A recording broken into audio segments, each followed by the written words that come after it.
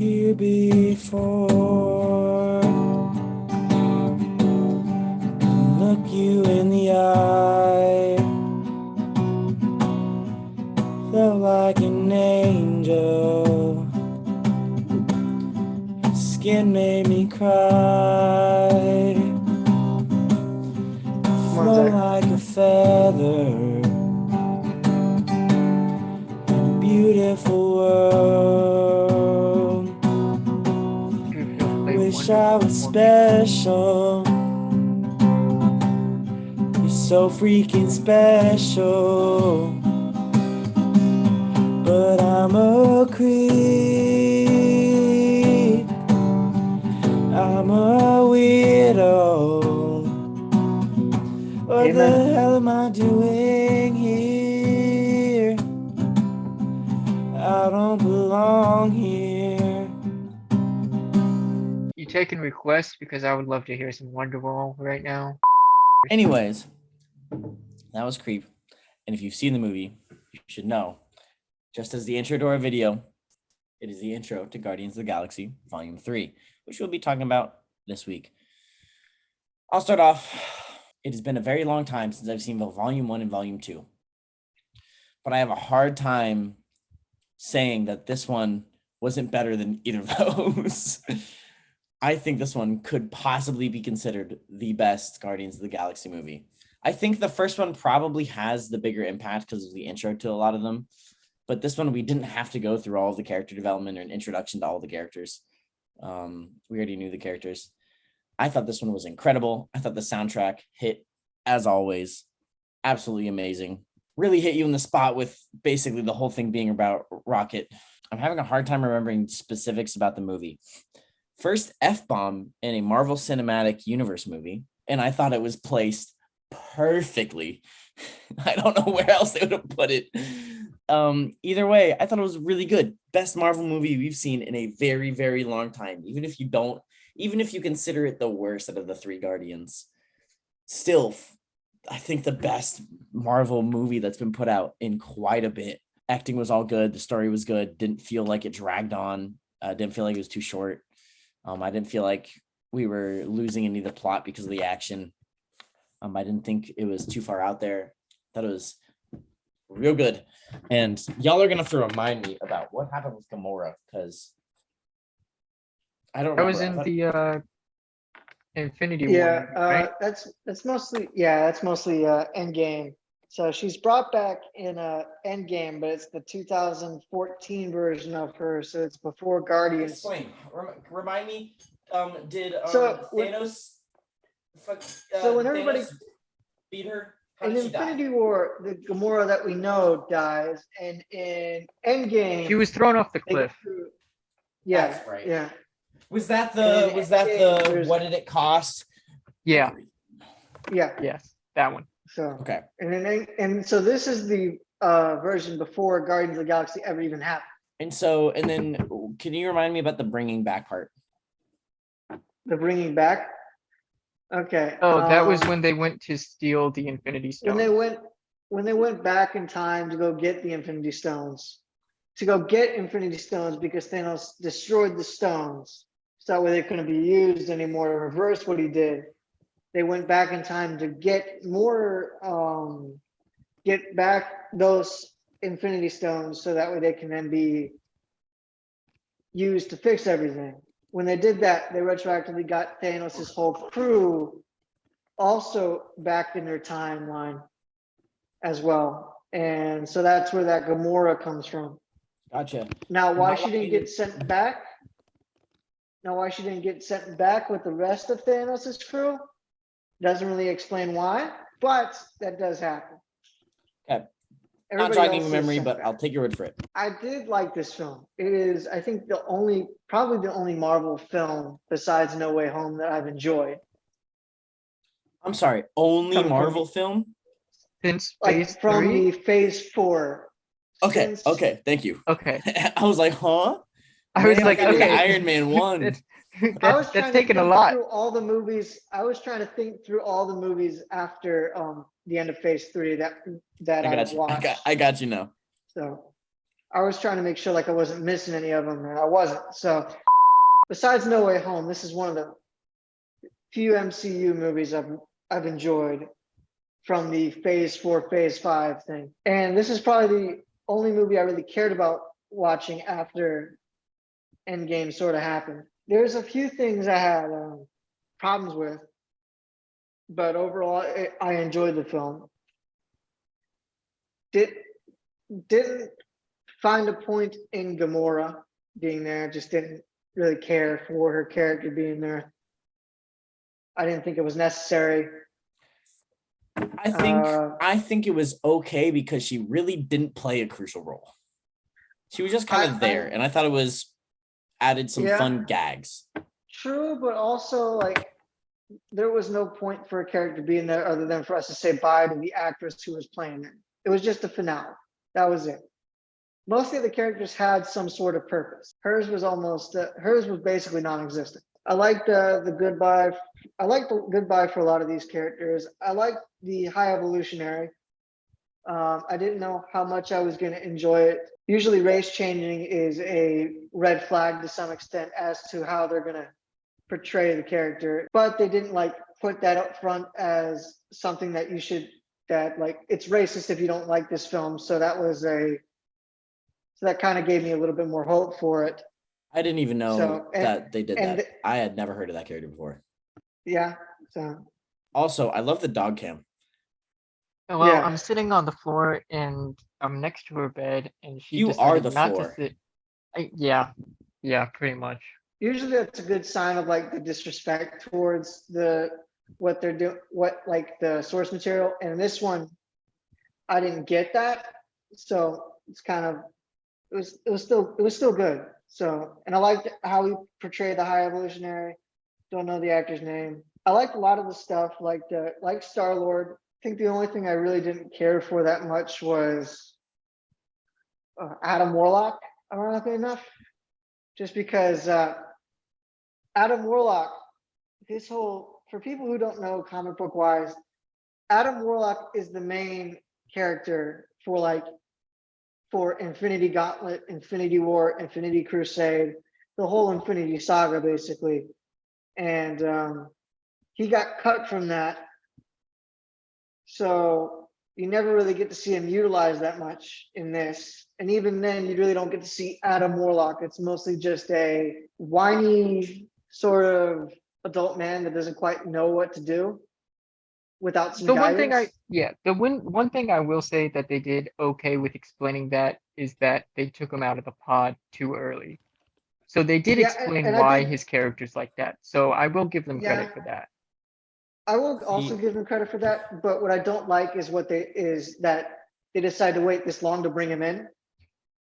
Yeah, no, I will agree with that one too. So, because he would have been great to utilize in Infinity War and Endgame, him being such a powerhouse. So, I think it's fun having my perspective now because I've been so far removed from the comics from so long that I really don't remember much. And I never knew who Warlock was. So not knowing who he was, I thought he was fun. I thought he was funny. However, I also know his actor. And I've known some of the things he's played in. And he's played that kid from Chronicles of Narnia, I forget, the third film, I think. Yeah, the third film. Oh, Narnia. Yeah. That might be the fourth film. But regardless, this dude is a comedy actor. There's tons of skits of him being a young child. He's really funny because he acts like an adult as a young child. In these like adult skits where he's like dropping all kinds of curse words as like a 13-year-old. And it's really funny. Well, I've also seen him play very serious characters as well. I haven't. I only know him as you guys are getting paid kind of actor, if you know the meme fair. I'm talking about. Yeah. He's played like one or two characters that are more serious. And that would have been great considering that this was a more serious tone sort of movie. Okay. And that's another thing I had a problem with was the way that it would shift so oddly. I think that's kind of what Guardians does. He was in Midsommar. How did I forget that? Hmm. That's where You're right. it He was did in Chronicles chip of the Narnia. genuinely. Yeah, I remember that one. I believe his name is like Will Poulter, something like that. Yes. Zach, have you seen The Maze Runner? Yeah, I I have not, so I don't know how he was in that. he was much more of a serious character. Well, yeah, in that those one. movies were completely serious. Exactly. I've only seen him in comedy. Yeah. He was also in The Revenant, apparently. Yes. Okay. He's been in a Yeah. lot more comedy than he has serious. Yes. He is far more better at comedies, but he can definitely do a more serious role. He was also in both. Was that both Suicide Squad movies that I saw? What was he? He was in the second one. What did he do in the second Oh, he one? was. Huh. Yeah, I'm trying to figure out what he did in the second one. Oh, now I don't know. Okay, he's in there, but it's not telling me what he did. That's Oh, great. he might have just been a background. Yeah. Background or James cameo Gunn will do voice. that. Yeah. A lot of the people that he's working with, he'll put in like background of his other movies. So, or like he'll make characters in his other movies.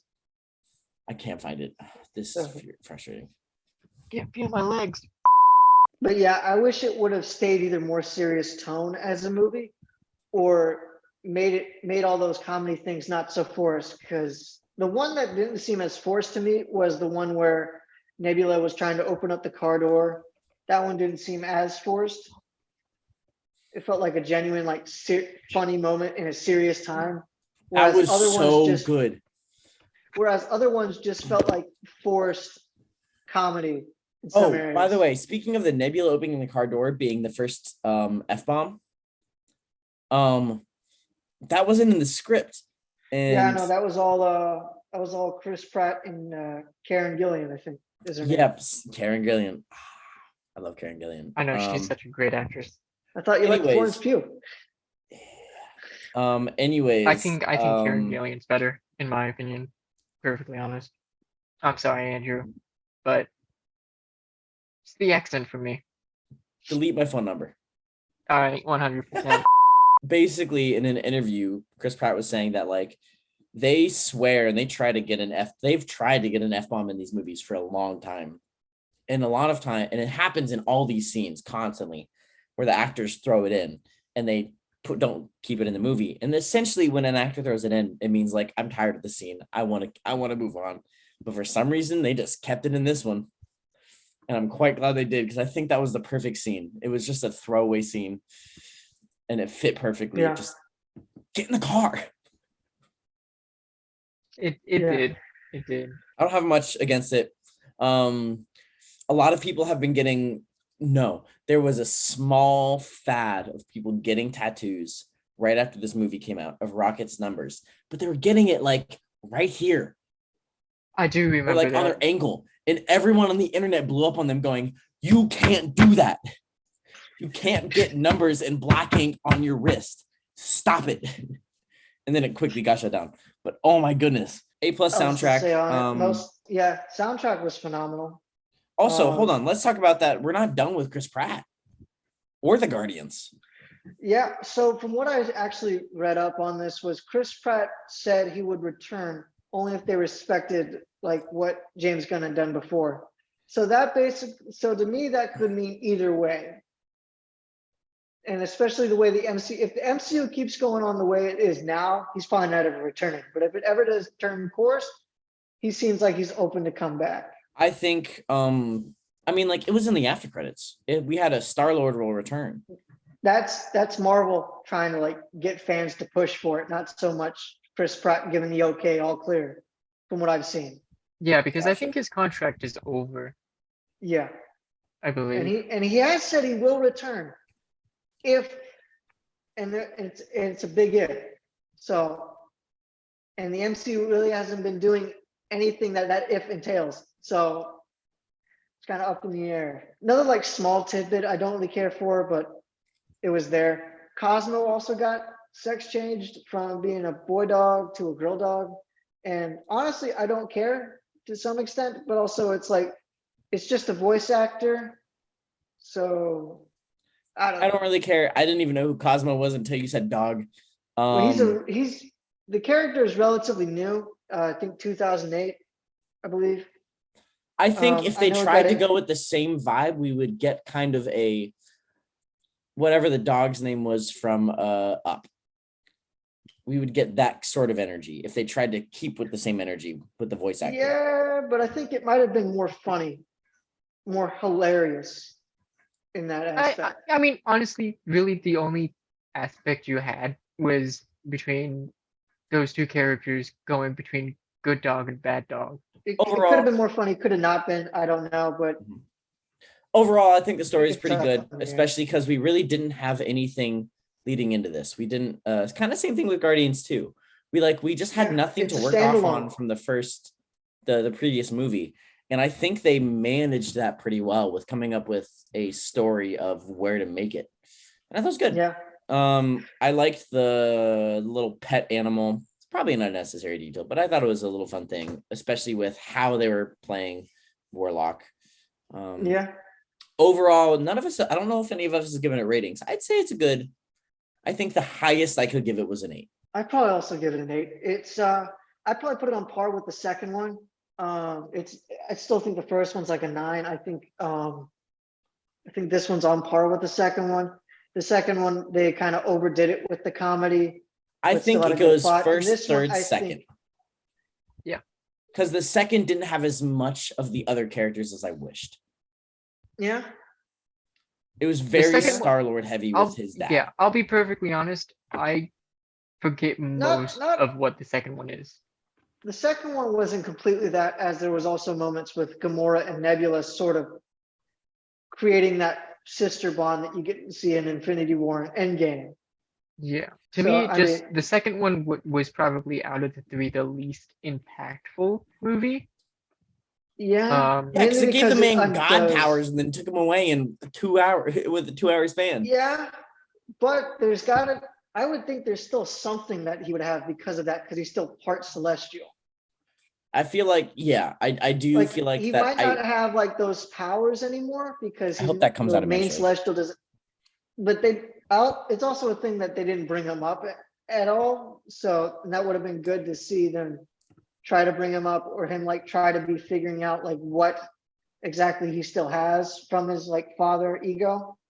So I still uh, constantly quote that one scene from there where it's like, oh, I put it, it broke my heart to put that tumor in her head. And he's just, what? That is a TikTok audio. That is such a good scene. What? I constantly do that. It's literally, it's for myself, but I just go, what? And I love it. And 80% of my jokes are made for myself. That's fine. Explains a lot. Anyway, Zach, what do you think? I'll be perfectly honest. I really enjoyed this movie. I thought you were about to say, I'm going to be completely honest. I missed this movie. I didn't even go see it. Well, I almost didn't, but I did. Good for you. At the last minute. No, I really enjoyed it. For all in all, I think I'm with you. This is probably the best thing we've had since the end of Phase 3. In my opinion. Would you say it's better than No Way Home? Yeah. Because I'm kind of on that thing where No, it's better I than would No Way say Home. I would say it's better than No Way Home as its own movie. But No Way Home also had To me, I don't think what carried more of a what- nostalgia sort of feel. I Yeah, don't think what I could. I carried- don't think it would beat No Way Home. to me, the only For me. reason, one of the only reasons No Way Home was so popular was it went off that nostalgia hype. I Yeah. think without it, I don't think it would have been as good of a movie. But Yeah. who's to say? Then again, I'm just personally a big fan of Guardians of the Galaxy, so I'm partially biased with that too. Two of my favorite things from this movie: the evolution of this team and how you get to watch it grow over time, as well as the evolution of Groot. Just watching him grow and evolve, I really enjoyed that. Yeah. It kind of brings you into So this team more. this was major. This will be major spoilers if anyone hasn't seen it. So that's a big heads up. But when Groot talks at the end, I went and saw it with my younger brother. He freaked out. He was like, "What?" I knew beforehand that was going to happen. Thank you, internet. But I knew that beforehand, and that is not I don't know if y'all know, but that is not Groot talking English. That is to signify the audience becoming part of the team. Now Yeah. we understand him. I can believe that. I can believe it. Yeah, that was good. What was also satisfying was the after credits with the new Guardians. That was just nice to see, like that they were still going, they're still protecting. I They still will. got the same kind of The only, like yeah, the delinquent only vibe. question I have is, who is the girl? So I had to go look this up because I also had that question. Apparently, that's supposed to be Phyla Vel. That Quasar. name means nothing. I'm mainly Zach. The Quasar. Captain Got it. Marvel's daughter. If I'm not mistaken. I don't remember that character very well, if at all. Hold on. Moondragon's. You remember Drax's daughter? Moondragon. Yes. Yeah. Basically, her love interest. You might remember her if you went and saw a picture of her. It's the female Quasar, the one with the giant energy sword thing. Okay. But yeah, from what I could gather, I think that was supposed to be her. So, which sucks because Phyla Vel is supposed to be like half Kree. So I don't know Starting what to they're get gonna into do things with that that. like the mass public has no knowledge about. Oh yeah. Well, Well, yeah. one of the But I great just things that mostly. Well, one of the- they introduced a new character at the very end, and I'm like, what is this little girl doing on the team? That's mostly I what thought I it was wanted to cute. know. I thought it was cute that they Yeah. took one Oh of the well. younger ones. Well, yeah, but I'm like, why would they bring just a random little girl on the Guardians of the Galaxy? Like, what's so special about her? It's also cool that they pay homage to the 2008 Guardians of the Galaxy comic book because they're all wearing their uniforms from that comic book in this movie, which is a nice touch. Overall, I think we all enjoyed it. Yeah, Zach, It did was you get a good. ranking on it? Yeah, I would have to give this movie an 8.5. All right, you heard it, folks. It is an 8 around on average. If you're any less, you're stupid. If you're any more, you're a suck up. All right, well, everyone. Thank you so much for sticking with us and listening to our review of Guardians of the Galaxy. Join us next week as we talk about the new Into the Spider-Verse movie. It's Across the Spider-Verse. It's still Into the Spider-Verse. They're still in the Spider-Verse and going into the Spider-Verse. If it just called Spider-Verse Across it. movie. And the new Spider-Verse movie. How about that? Does that? Yeah, that works. That works. Go Spider-Man.